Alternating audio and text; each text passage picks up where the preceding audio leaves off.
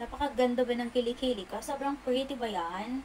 Yan, sobrang pretty ba? Ala, so, may mga nabasa akong comment talaga mga auntie ko na ano daw ba yung ginagamit kong deodorant. So, lagi ko naman sa inyo pinapakita na ito po talaga yung ginagamit kong deodorant. Simula pa talaga ako bata at simula na tinubuan ako ng buhok sa kilikili. Siyempre, pag meron tayong buhok sa kilikili at nagkakaedad tayo, talaga naman nangangamoy yung mga katawan natin, te. So, ito talaga yung ginagamit ko. Ito, te, recommended talaga to ng lola ko nang buhay pa siya. Hala, naalala ko yung lola ko. Ito talaga yung pinaka the best kasi lahat kasi talaga ng mga lola natin, mga nung unang panahon, mga auntie ko, to be honest, Avon na product talaga, sobrang famous noon.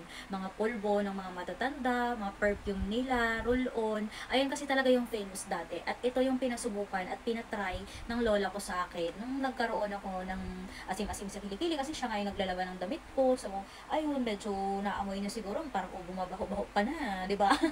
So, ito yung pinasubok sa akin ng lola ko. Binili niya ako nito dati. Nag-order-order pa to from brochure. Ganun-ganun pa yung brochure dati. Pero ngayon, mabibili mo na to kung saan-saan ang mga tiyangge. Ala, tiyangge? Kung saan-saan ang mga basta yung mga stool-stool or kahit saan mabibili mo to kasi marami nito yung mga nagbebenta din. So, ito talaga yung pinaka-the best sa akin na deodorant na nagamit ko simula noon hanggang ngayon.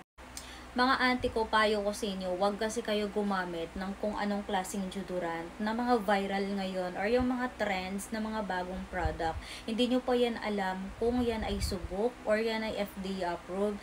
Yan ba ay perfect sa mga skin or any type of skin. So, iba't ibang klase kasi yung mga skin type natin. So, ito kasi siya, sobrang perfect niya kasi all type of skin na siya. Tapos, tested na rin siya through animals. Kita nyo yun, no? Sabi dito yung animals. Eto, yung rabbit. Ayan. So, rabbit din siya, ha. So, na-try na rin nila to sa mga hayop kung talagang effective siya or hindi siya nakaka-affect sa ating skin. So, tingnan niyo naman yung kilikili ko. Sobrang pretty. Yes, ang puti niya. May buhok man ako sa kilikili o wala. Sobrang smooth ng kilikili ko. Pag naglagay ako niyan sa umaga, alas 6 ng umaga, maliligo ako. Aabutan pa yan ng kinabukasan at kinabukasan, lalong-lalo pag busy ako. Tapos inamoy mo yung kilikili ko, wala ka talagang maamoy na asim. Totoo yan. Walang halong biro, walang halong eme-eme pag ito yung gamit mo. Ito. Pero syempre, kailangan mo rin siya pagtsagaan kasi merong segundo na kailangan ipa-dry mo rin siya. Ita-dry mo muna yung kilikili mo.